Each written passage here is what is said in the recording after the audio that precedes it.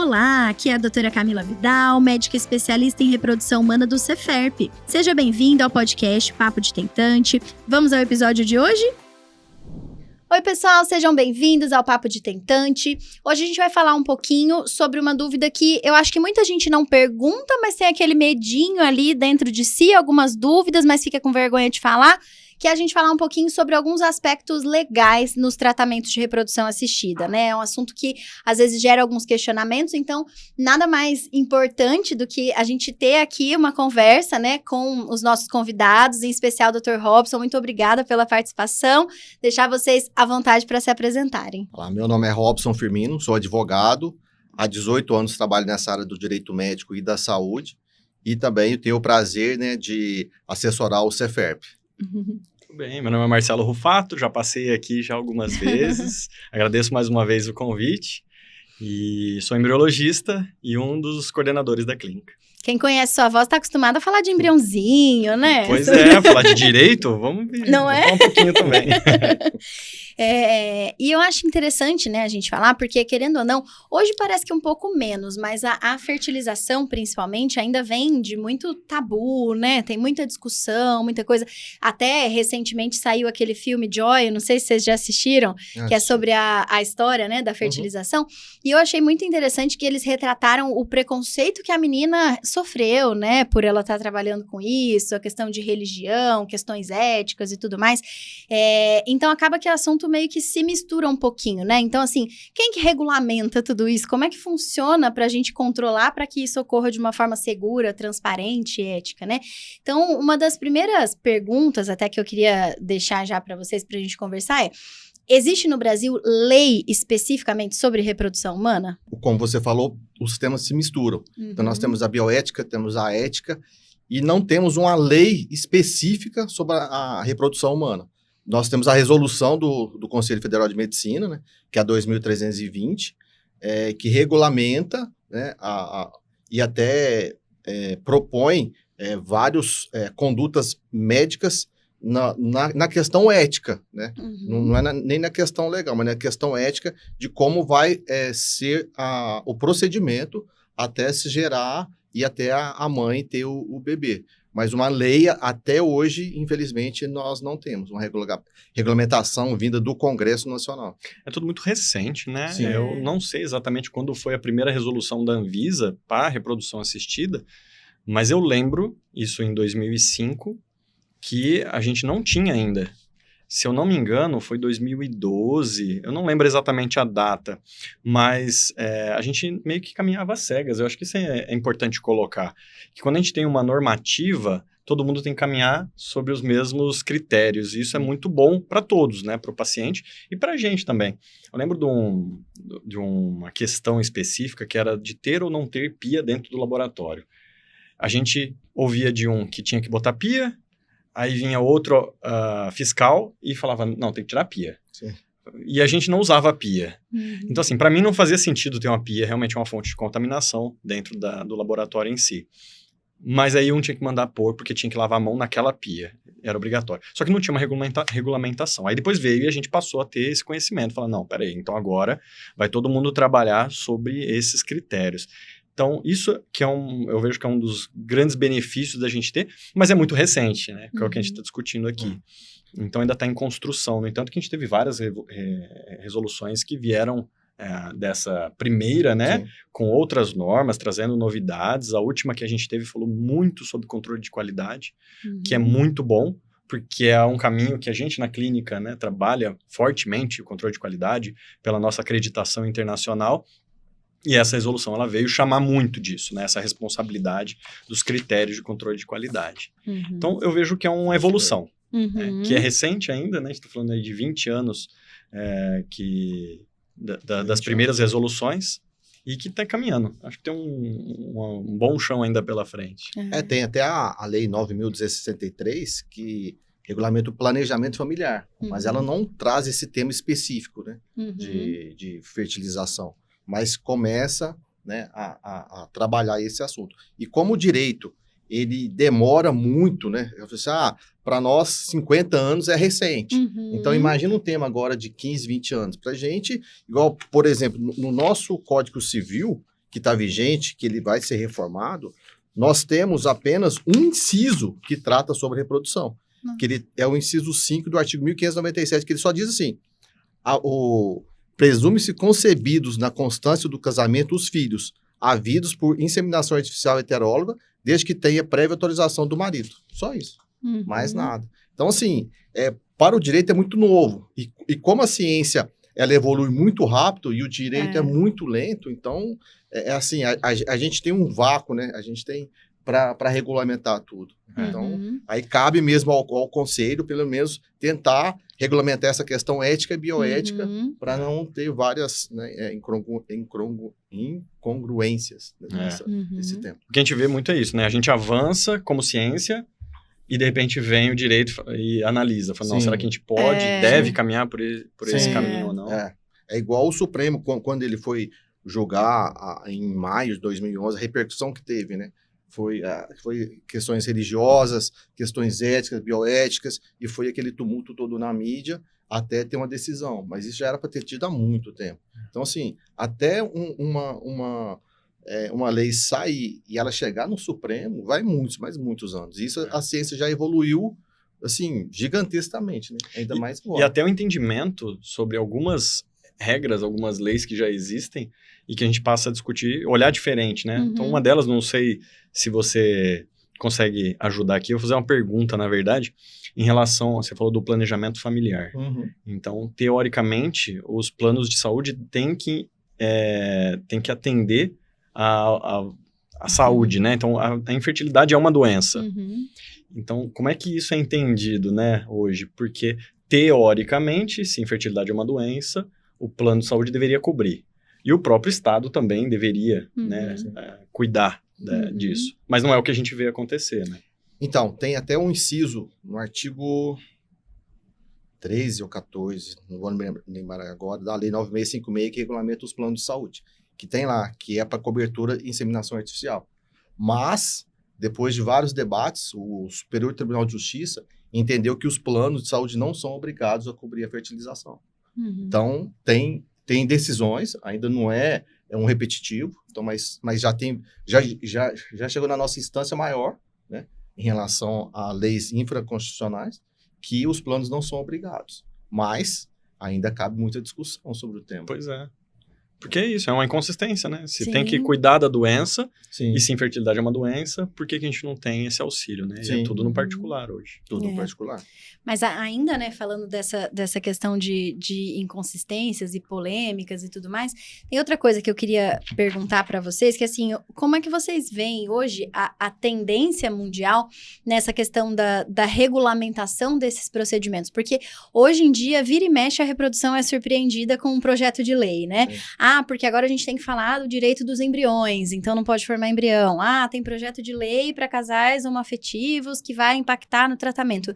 Então, o que vocês enxergam dessas mudanças a nível mundial e como isso pode impactar? As pessoas precisam se preocupar com esses debates, porque a gente estava falando, é tudo muito moroso, realmente, no direito. Então, é o que você tinha comentado, até um projeto de lei chegar no Supremo, o quanto isso, as pessoas precisam realmente se preocupar com essa tendência, essas mudanças?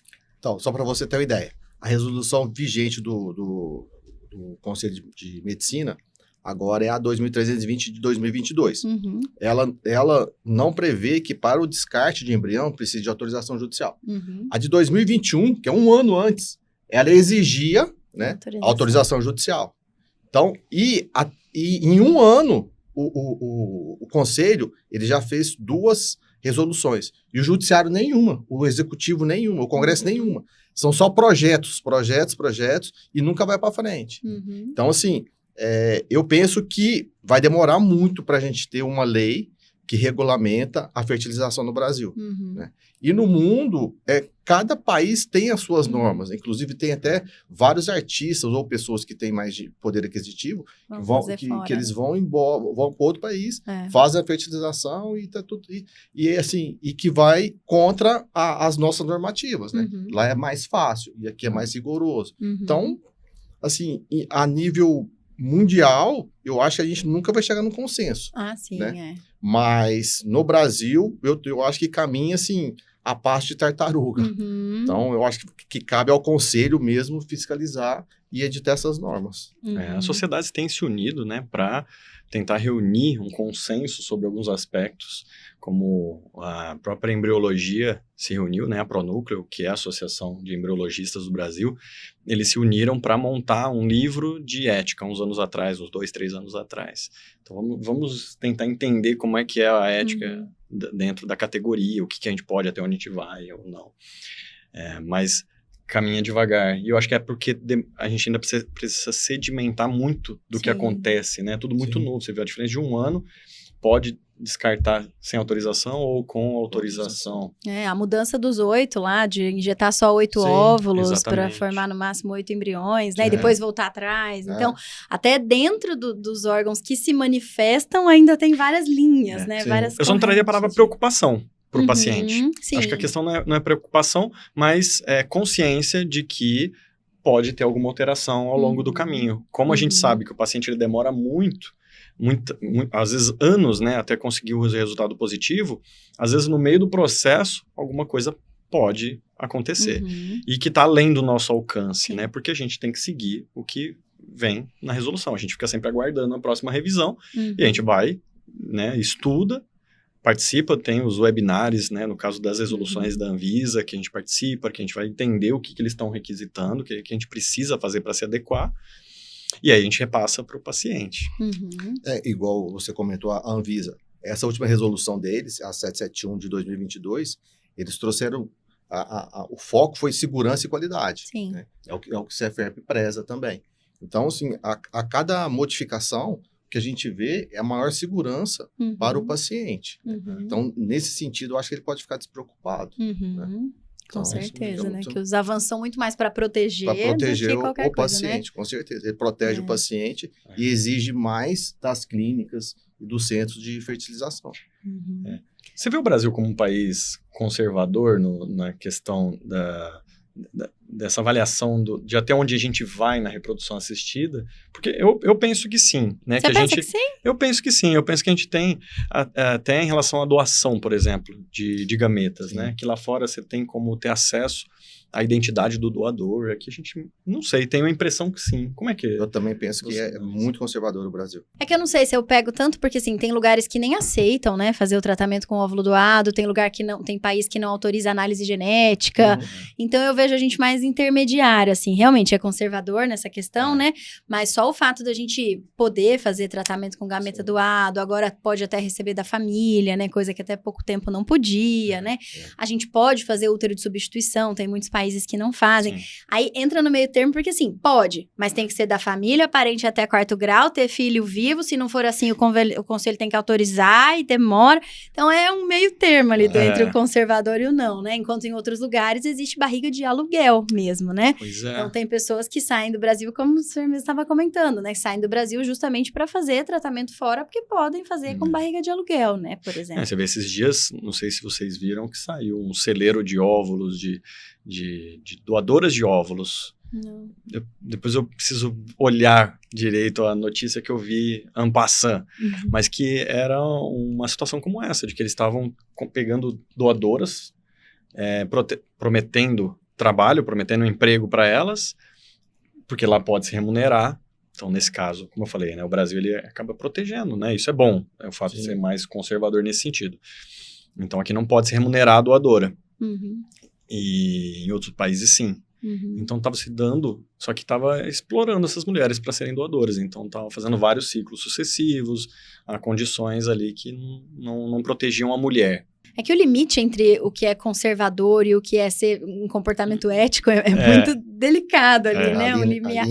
É muito tênue. É muito tênue. Por isso que, por exemplo, essa questão de não poder remunerar a doação, né? Entra nessas questões. Sim. É igual, entra em situação que a gente vê só em filme, né? O cara doou para sei lá quantos, teve não sei quantos descendentes, e aí junta os filhos, entre aspas, para conhecer o doador. Então, assim, é uma realidade que, graças ao nosso, entre aspas, conservadorismo, a gente não tem. Tem todo um controle de nascimentos, né? Então... Sigilo do doador. Exato. Exatamente. Mas é uma coisa que, por exemplo, se é importante para a paciente, elas podem recorrer, por exemplo, a um banco internacional, né? E aí um banco internacional tem essas flexibilidades dela ter mais informação, coisa que no Brasil a gente não consegue dentro dos bancos nacionais, né? Então, tem como a gente flexibilizar isso para a paciente de alguma forma também, né? Tem alguma coisa específica, assim, que vocês considerem algum dilema ético, algum desafio legal muito importante ou que traga uma limitação importante dentro da reprodução? Tem a questão dos direitos dos embriões. Se aqueles embriões ali, lógico que tem aquela questão se vai vingar ou não, mas e os direitos deles que estão ali? Entendeu? Eles estão ali, já criopreservados, só falta implantar. Eles têm direitos ou não têm direitos? Isso é uma questão da bioética que, assim, traz muitas discussões. E toda vez que se faz inseminação, esse tema vem à tona. Esse assunto é importante e esse é discutido mundialmente. Sim. Porque o acúmulo de embriões criopreservados hoje, ele está aumentando significativamente.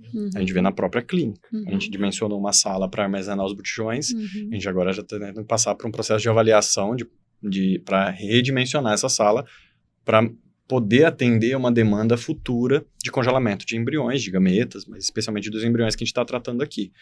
Então, o que vai acontecer com esses embriões? É o que você está tratando. Então, qual é o direito? Qual é o direito deles?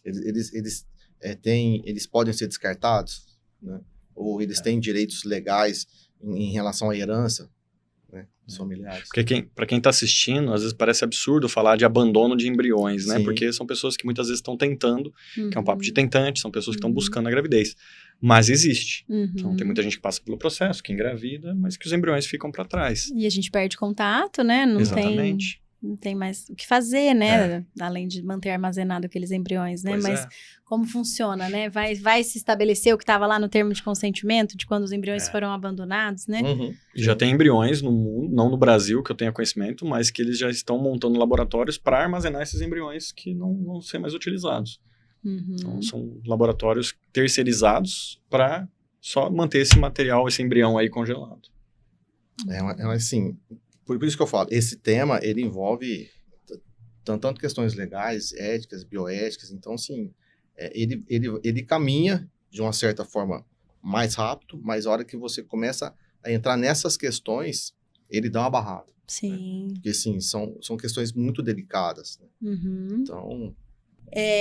Um outro ponto, mas assim, mudando um pouquinho de assunto, mas é algo que eu até me lembrei, assim, porque uma paciente recentemente, quando a gente vai fazer um cadastro, né, a gente pede várias informações, né, escolaridade, tá, uma lista realmente bem grande, quando a paciente chega, a gente checa todos os documentos e tudo mais, e vira e mexe a gente recebe algumas perguntas, a gente fala assim, nossa, mas tudo isso, eu preciso de tudo isso para fazer uma consulta em um cadastro, e recentemente eu tava até conversando com meu marido sobre isso, porque eu passei em um outro médico, e assim, tem tal dia. Tá bom, qual que é seu nome? Camila Teles e Deus Paulo. Tá agendado. E eu falei pra ele, nossa, né? Olha que estranho. Eu coloquei só meu nome, tá tudo certo. Eu passei pela consulta, não me pediram nada muito, assim, pediram meu documento, mas nada demais. E eu falei, nossa, será que a gente na clínica pede muita coisa mesmo, né? E aí ele falou assim, mas vocês lidam com algo muito mais sensível, né? O controle de qualidade é muito maior, vocês vão ter gameta armazenado, não tem como comparar do que você ir passar num endócrino, né? Pra você passar para ter uma avaliação. Mas eu percebo que algumas pessoas têm um certo receio com isso, com essa questão do sigilo, dos dados, né? E tudo mais. E eu acho que é importante a gente trazer também esse tema, ainda mais agora com a LGPD tão discutida, no cenário da reprodução humana, né? Sim, porque assim, todos os dados, né, dos pacientes são sensíveis. Né? Já vem o conselho, no Código de Ética, e algumas resoluções que o prontuário, ele é sigiloso. Só as pessoas que vão manusear realmente que têm o contato com ele, com essas informações que não podem ser repassadas a terceiros. E como todas essas informações são sensíveis, todos os dados são sensíveis, veio a LGPD para caracterizar mais ainda esse sigilo, né? Que se algum vazamento de qualquer um desses dados, né, o paciente ele tem direito a ser indenizado.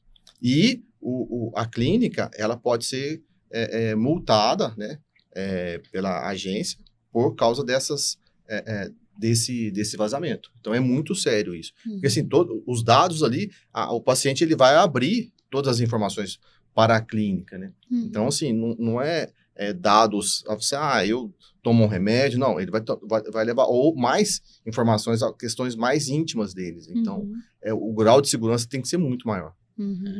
Às vezes quando a gente não trabalha, né, nem todo mundo trabalha em área de segurança ou com dados sensíveis ou em clínicas médicas, às vezes não entende que a segurança, ela traz uma certa burocracia em si, né? Então, contratos, né? A gente já pegou um contrato para revisar, às vezes 10 páginas, 20 páginas, e fala, meu Deus do céu, não vou ler tudo isso. A gente faz isso o tempo todo no celular, né? O termo de aceite, você só rola e aceita. Aceito, mas ninguém lê, né? Mas aí, o que tem nesse termo de aceite que a gente não está enxergando? Então, para dar segurança, é que a gente tem que colocar, às vezes, processos ali que são burocráticos, como um cadastramento. Então, o que a gente pede, na verdade, é paciência dos pacientes, porque é para o bem deles, né? Essa segurança, essa confirmação contínua da informação. Acho que traz um certo receio pela questão legal, mas que é o que o doutor está explicando, né? Que, assim, existe um respaldo muito grande, porque a clínica é responsável pelo sigilo daqueles dados, né? Mas, por outro lado, deveria também trazer uma tranquilidade de falar, poxa, eles realmente se preocupam, né? Com todos os meus dados, toda vez que eu entro na clínica, eu tenho que confirmar tudo, toda vez, ou seja, esse material que está aqui realmente é meu, tenho certeza disso, né? Então, tem as duas formas de ver realmente, Exatamente. né? E eu acho que isso é muito importante também, da gente frisar para o paciente ficar tranquilo com relação a isso, até porque existem outras questões de sigilo, como é obrigatório, por exemplo, quando a gente estava até falando antes de questão de gameta doado, né? Sigilo com relação à doadora, sigilo com relação a sêmen de doador também, né? O tratamento do paciente é sigiloso, né? É o que diz respeito à paciente, ao casal e ao médico, à clínica que fez o procedimento, né? Então, é importante a gente garantir também esse sigilo, né? Sim, com certeza. Porque assim, é um direito do paciente. E é um dever do médico e da clínica. E falando sobre essa questão de sigilo, mas mudando um pouquinho de assunto, você tinha lido antes um fragmento ali do inciso sobre gestação, eu não lembro agora certinho, mas gestação heteróloga, desde que com o conhecimento do marido. E eu achei interessante que consta exatamente o texto dessa forma, porque a gente já teve alguns dilemas na clínica de pacientes que queriam fazer um tipo de tratamento sem o marido saber. Então, por exemplo, ela tinha indicação de óvulo doado. E ela falou, olha, eu até vou fazer, mas eu quero que meu marido ache que o óvulo é meu. Vocês vão falar pra ele que eu vou vir aqui, que eu vou estimular, que eu vou congelar, e aí depois ele vem aqui pra gente formar os embriões. E a gente falou, olha, não funciona assim, ele precisa saber, ele precisa assinar um termo de consentimento. Então, acho que é importante a gente pontuar isso, de que isso tem que ser muito claro para todos os envolvidos naquele tratamento, né? Sim, ainda mais quando se trata de casal, né? Então, assim, tanto a mulher quanto o homem, eles têm direito de todas as informações, né? A clínica, ela não pode prestar informações para um, né? E deixar sigiloso para outro, né? Então, ainda mais, imagina o marido, ele pensar, né, de uma forma, e quando ele pode fazer algum teste, sei lá, de DNA e ver que aquele filho não é 100% dele. Então, a responsabilidade é da clínica, inicialmente da clínica, né? E também, aí vai tentar também uma responsabilidade concorrente da esposa, mas o responsável mesmo é a clínica, né? Porque ela que tem que informar que tal conduta, ela é ilegal, né? E que não pode concordar com essa questão. Até porque, falando como médico, os dois são nossos pacientes, Sim, né? Eu não posso mentir para um dos meus pacientes, eu tô tratando o casal, né? Sim, não com certeza. Jeito. E tem um documento que dá segurança para isso, que é o consentimento informado, que é o contrato da realização daquele procedimento em si, e nele tem que estar bem esclarecido o tipo de tratamento, o que vai ser feito, e ambos têm que assinar, né? No caso do casal. Então, e ambos são responsáveis, né? Ambos são responsáveis. Você trouxe esse exemplo, mas tem também a possibilidade de transferir esse embrião sem o marido saber futuramente, né? Então, de repente, o casal separa, não necessariamente a gente vai conseguir confirmar essa informação, e de repente a mulher poderia, eventualmente, chegar no futuro e transferir esse embrião? Não, porque os dois têm que consentir, os dois têm que assinar que estão passando pelo processo. E você acabou já trazendo um ponto importante também, que eu ia falar, que era sobre o termo de consentimento, né? Porque Hoje, para todo o tratamento que a gente vai fazer, a gente precisa assinar um termo de consentimento. E na nossa área, ele vai além da questão médica, porque você vai fazer uma cirurgia, você assina lá o termo de consentimento e lá tá falando, olha, você pode sangrar, você pode ter infecção, você pode morrer, você pode precisar ficar internado, você tá consentindo com os riscos que você vai correr. Na nossa área também tem isso, mas o termo de consentimento envolve todo o material que a gente vai utilizar, né? O que a gente pode fazer com seus óvulos? E com seus espermatozoides? E com seu embrião? E se a gente fizer análise? Você quer fazer análise ou você não quer? Então, assim, envolve muito mais outras coisas do que num procedimento simples, né? Então, a assinatura é ainda mais importante para a gente dirimir essas preocupações que a gente teria justamente desse destino, né? De, mas o que vai acontecer com o embrião? Mas isso tudo tem que ser assinado previamente para que só depois a gente entre com a segurança da decisão para o tratamento. Né? Eu estava no congresso no ano passado, em maio, um congresso regional.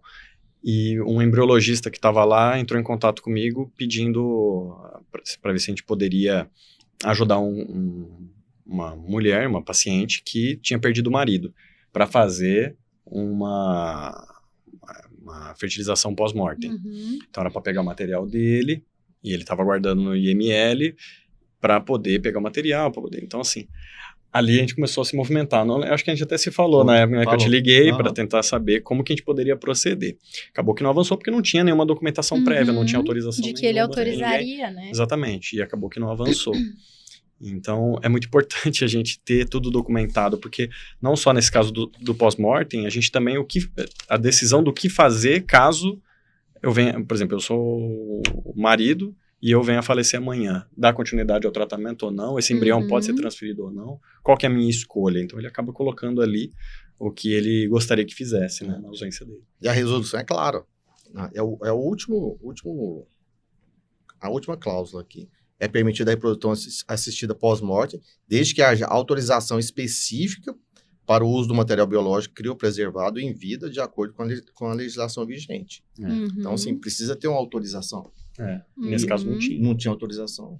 Então, E já aproveitando que a gente entrou nesse assunto, do ponto de vista jurídico, isso muda alguma coisa? Imaginando que a pessoa tem autorização, perdeu o marido, mas tem embrião congelado e vai utilizar esse embriãozinho para transferir, caso resulte na gestação, isso muda alguma coisa para esse bebezinho que nasceu de reprodução assistida pós-mortem? Não, muda nada. Ele tem todos os direitos. Né? Inclusive, se tiver autorização, ele tem todos os direitos legais de um filho legítimo. Porque eu já vi, não de paciente, mas assim, em redes sociais, às vezes essas polêmicas de pessoas falando, mas agora a minha madrasta quer transferir o embrião e eu perdi meu pai, e se ela transferir, como vai ficar a herança, toda aquela discussão e tudo mais, e aí a pessoa não queria que aqueles embriões fossem transferidos, mas a dona dos embriões tinha autorização para transferir. Então, juridicamente, teoricamente, ela poderia. Sim. E o bebezinho nascido teria os mesmos direitos dos outros irmãos. Sim. Interessante. Mas aí é bom frisar que precisa ter autorização expressa ou da esposa ou do marido, né? Da utilização pós-morte. A gente falou até em questão de falecimento, mas tem questão de divórcio também, né? Às vezes o casal, a gente fala muito sobre o impacto do tratamento no relacionamento e tudo mais, e às vezes tem casais que se desgastam realmente e não querem mais dar andamento ao tratamento. E como funciona se esse casal tiver material congelado e se separar? A decisão tem que ser em conjunto, né? Se vão descartar ou a propriedade será de quem? Mas esse acordo, eu entendo que precisa ser firmado judicialmente, para depois não ter nenhum questionamento. Então, se quiserem descartar, os dois em conjunto podem fazer isso, ou se for responsável um ou outro, aí eu já entendo que tem que ser um acordo judicial para o juiz firmar e homologar, e aí sim a clínica pode dar seguimento. Porque é como se a pessoa estivesse abrindo mão do direito daquele material congelado em prol da outra, mas sem nenhum vínculo com o tratamento dali em diante, né? Eu até tive um casal que passou por isso, um casal homoafetivo feminino, e elas tinham sêmen de doador, se eu não me engano era o sêmen só congelado, não tinha embrião congelado, mas acaba que, mesmo sendo só o espermatozoide, é do casal, né? Elas fizeram aquele tratamento juntas, e aí quando elas se separaram, elas entraram entraram num acordo de quem ficaria, e aí fizeram toda a documentação, tinha um nome específico para o documento que agora eu não lembro, mas onde uma abriu realmente mão dos direitos daquele material para que a outra pudesse dar andamento. Então, é algo que precisa ainda assim ser conversado, né? Mesmo que o casal não esteja mais junto, mas a decisão é em comum acordo, porque o tratamento foi iniciado como casal, realmente, né? Sim, até as questões, implicações legais depois, né? Imagina, falar assim, e agora eu quero pensão, você vai ter que sustentar o filho. Não, mas eu abri mão para você, né? Então, se não tiver documentado, como que você vai provar? Exato, né? exatamente. Então, E é por isso que a gente é tão rigoroso com essa questão de termo de consentimento, né? Não, tem que assinar, tá errado, troca e arruma. Porque realmente ele determina tudo, Sim. né? O destino daquele material congelado e que podem ser bebês nascidos Sim. ali, né? Então, é importante a gente valorizar e seguir realmente, né? Daí também a importância, a gente estava falando antes da questão de controle de qualidade, né? Da gente ter protocolos muito, muito claros para que as documentações sejam preenchidas ali corretamente, né? Até porque quando a gente passa por esses dilemas, né? Hoje até nas nossas reuniões de controle de qualidade, de ética, bioética, a gente tem como documentar. Olha, já tivemos, igual esse caso, por exemplo, já tivemos esse caso foi assim, a gente resolveu dessa forma. Tudo bem, não existe uma padronização, não existe uma legislação, mas no CEFERP, uma vez que a gente fez isso dessa forma, a gente tem, entre muitas aspas aqui, que eu tô na frente do advogado, mas uma jurisprudência de que a gente já fez antes e que a gente vai tender a buscar esse caminho de uma outra numa nova ocorrência, né? Sim. Então, a gente vai ganhando maturidade para resolver, né, essas questões éticas também. Eu vejo que isso é bastante importante, né? O consentimento, ele não é imutável, né? A gente vai mudando, revisando ele constantemente, conforme as novas regulamentações e as situações que a gente vai passando. E a gente está falando do nosso consentimento aí que tem 25 anos já, do primeiro, né? Então, são muitas revisões e que realmente não é só um documento que está ali na frente, só pro forma, né? O paciente só assinar. É importante, né? Que o paciente tenha esclarecimento daquilo que está ali, que ele entenda o que ele está realmente assinando, porque, tudo bem, ele não quer falar de divórcio nesse momento, ele está buscando ter um bebê, mas em algum momento a gente não sabe o futuro, né? A gente não sabe o dia de amanhã, e o documento, ele deixa isso bem claro, né? A sociedade evolui, o termo tem que evoluir também. Não tem jeito. Vem novas ideias, novos conceitos e precisa ir também alimentando o termo. É isso mesmo. E falando sobre essa questão de mudanças, né, na sociedade, evoluções, a gente teve, ao longo das últimas resoluções, um avanço muito importante, que é a própria resolução reconhecer o direito ao tratamento por casais homoafetivos, por pessoas trans, né? Porque antes era de uma forma genérica, né? Qualquer um, desde que queira, pode fazer o tratamento. Mas nas últimas resoluções, não. Isso foi colocado de forma clara, que se inclui também. E isso é importante até no sentido de inclusão realmente, né? Desses casais, desses pacientes poderem passar pelo tratamento. E a gente teve avanços legais nos diversos tipos de famílias também, né? E aí, trazendo para a nossa realidade na reprodução humana, eu imagino que uma das coisas que mais traga dúvida nesse cenário é com relação ao registro. Então, somos duas mulheres aqui, como que a gente vai conseguir registrar? O que a gente vai precisar de documento? A gente vai poder colocar o nome de nós duas, né? Como funciona? E se for um doador da família? Então, o que a gente tem de particularidades nesse cenário, por exemplo? Então, o Conselho Nacional de Justiça, ele emitiu a resolução 63, e ela traz em relação à reprodução assistida, que no caso de filhos de casais homoafetivos, não vai ter referência à distinção quanto à ascendência. Não vai ter pai ou mãe, vai ter o nome dos dois ou das duas, né, na certidão de nascimento. Né? Mas para isso, aí precisa da declaração de nascido vivo, da declaração da clínica e também de um documento de união estável ou até de casamento do casal. Então, hoje elas precisam desse documento para comprovar de alguma forma a relação das duas também. Sim, precisa, porque a norma ela é clara. Né? Então, é preciso desse documento para constar o nome das duas ou dos dois na certidão do filho. E vocês veem o quanto é importante a gente fazer, né, o tratamento correto, vamos dizer assim, porque a gente ouve tanta gente falar, né, de inseminação caseira, e aí, além dessa questão de risco biológico mesmo, a gente não sabe se essa pessoa tem alguma doença, não sabe o histórico de infecção, de saúde e tudo mais, também não tem nenhum respaldo legal nesse sentido, né? Porque aí esse casal, elas vão chegar ali com o bebê, mas sem a documentação da clínica, e nesse cenário elas não conseguiriam registrar registrar, né? Não consegue. Uhum. Precisa do documento da clínica, né? Uhum. E aí sim, ela consegue. Uhum. Por isso que é muito importante a segurança da clínica, né? A gente conversou anteriormente, às vezes o paciente, mas está colhendo muitos dados, às vezes preciso comprovar que sou eu mesmo, mas esse tratamento traz uma repercussão, né? Pra vida toda, né? Não, para a vida toda, de 70, 80, 90, 100 anos, né? Aí o bebê enquanto durar o bebê, tem uma repercussão. Uhum. Então, a segurança no início, ela tem que ser muito, mas muito rígida, né? Para preservar o casal, a mãe ou o pai, né? E também a clínica e o bebê, né? Porque às vezes o objetivo de ter o filho ele é tão grande, que a pessoa ela acaba não querendo pensar sobre isso. Ela só quer os riscos, né? Que é, como você colocou, né? Das doenças que podem vir de uma inseminação caseira, mas tem a questão legal também. A questão legal também. Então... E, assim, falando no caso de homoafetivas femininas, é, entre aspas, mais simples da gente pensar, de falar assim, elas vão chegar, vai ter a declaração de nascido vivo no nome de uma das duas, de que foi quem ali teve o parto, mas e se for um casal homoafetivo masculino, porque ainda entrou uma terceira pessoa que foi a cedente do útero. E aí lá no hospital, quando eles forem emitir a declaração de nascido vivo, vai ter toda uma particularidade, senão vai sair como nascido pelo útero de substituição e não pelo casal. Então, muda um pouquinho essa questão de documentação também, né?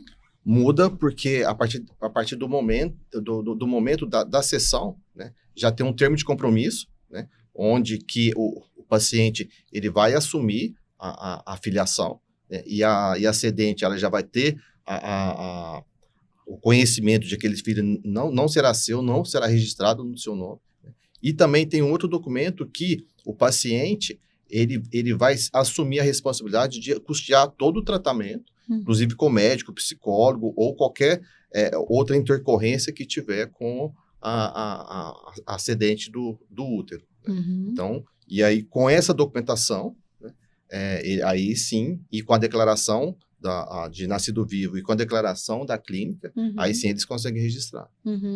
Ou seja, pelo fato de envolver o útero de substituição, tem aqueles outros documentos, né, que são esses que o senhor estava comentando, mas também vão possibilitar de que eles registrem a criança no nome dos dois, sem problemas, né? Sim, mas aí precisa também ter a autorização do Conselho Regional de Medicina, nesse caso, né, no útero de substituição, se não for... Sim, o parente, aí, né? É isso. Aí precisa da autorização do CRM. Então, para produção independente, a pessoa consegue registrar sozinha a criança? Consegue. Hoje já não é um empecilho. Se ela só eu sou a mãe, então, ou eu sou o pai, não vai ter problema nenhum. Ela consegue também com esses documentos que a gente já mencionou. Não é obrigado você ser um casal. Né? Hoje, você pode registrar em nome de um ou de outro. E esse é um ponto bem importante também, né? Porque são coisas que a gente não pensa no momento, que o Marcelo falou, né? A gente coloca ali o desejo da família acima de tudo, mas são detalhes que lá na frente não são detalhes, né? São muito importantes até pela percepção, realmente, né? De como aquela criança vai ter o nome, como a mãe e o pai vão se sentir incluídos naquilo, né? Então, é importante a gente deixar aqui registrado que tá tudo coberto nesse sentido, né? Que é previsto, né?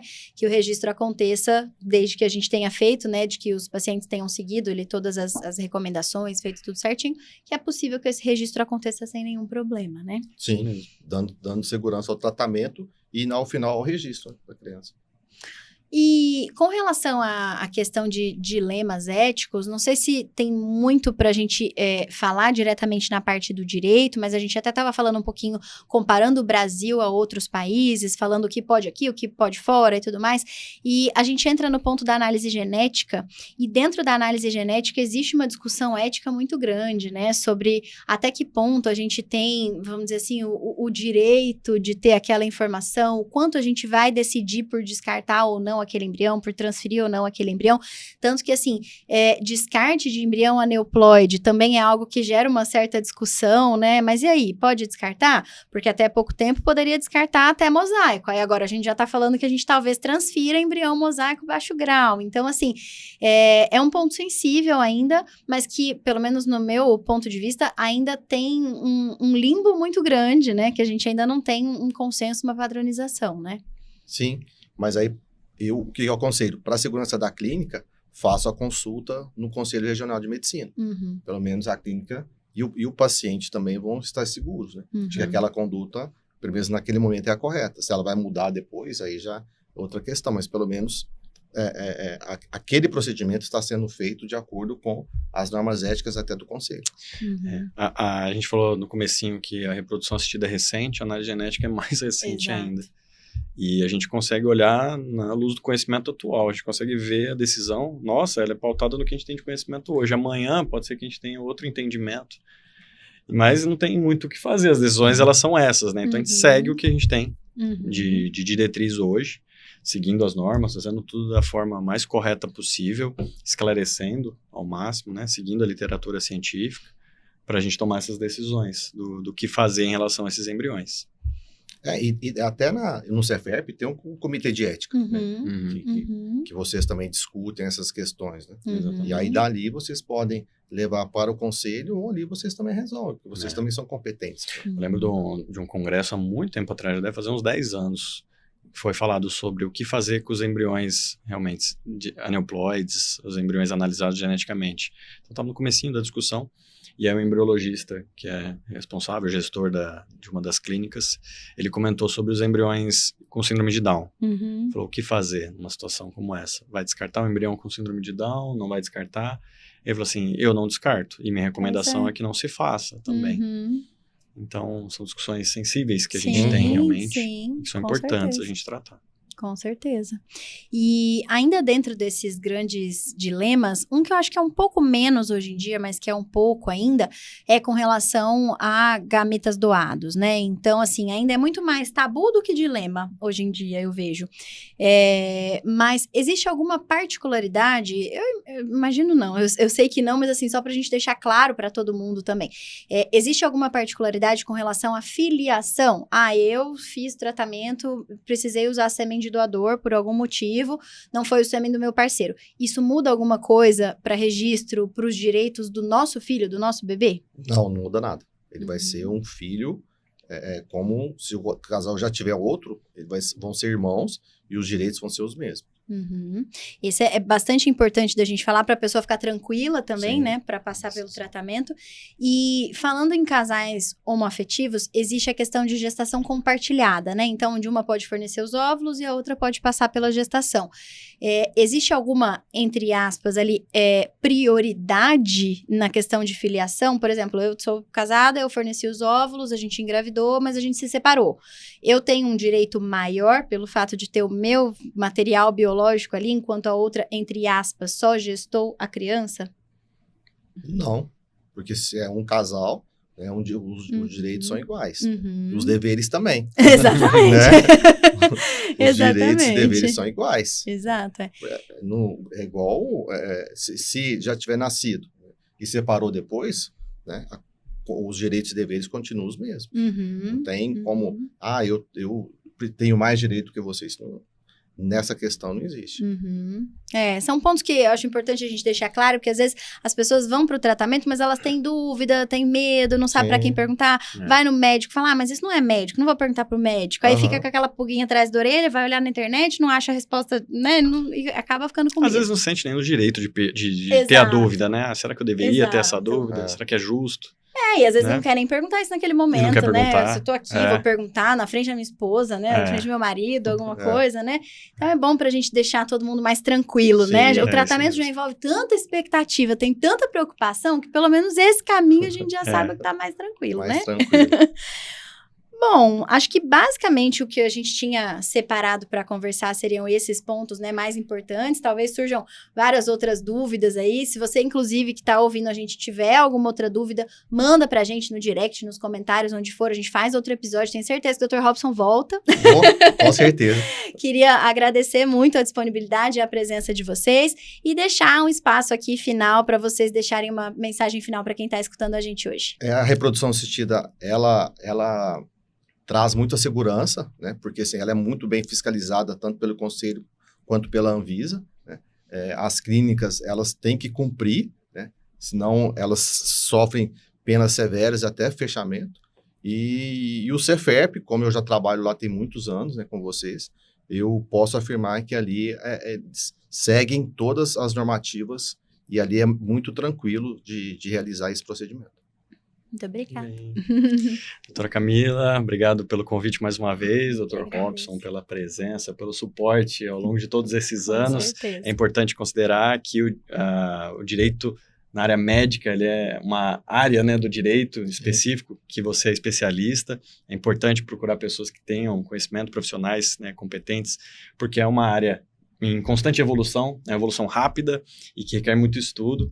Então, eu te agradeço muito todo o cuidado que teve conosco, os nossos pacientes, e eu me sinto também, faço minhas as suas palavras, né, em relação à segurança, e que hoje a gente tem muito mais segurança do que no passado, e eu considero o Brasil um país muito bem fiscalizado, né, a vigilância sanitária, a Anvisa, ela faz um trabalho competente nesse sentido, os conselhos também, e a gente, por ser uma clínica com um selo de controle de qualidade internacional, né, uma acreditação internacional em qualidade, a gente consegue seguir todas as diretrizes muito bem, trazendo segurança para um momento tão delicado para as famílias. Então, o recado que eu deixo é fiquem tranquilas, fiquem em paz em relação a isso e saibam que é importante, né? Essa burocracia existe, mas ela tem um motivo para existir. Trazer segurança, né? Isso mesmo. Muito obrigada. Obrigada por todos vocês assistindo a gente. A gente se vê no próximo podcast. Obrigada por assistir ao Papo de Tentante. Aproveite e acompanhe o Ceferp no Instagram e no YouTube para ficar por dentro das novidades. Te vejo no próximo episódio. Até lá!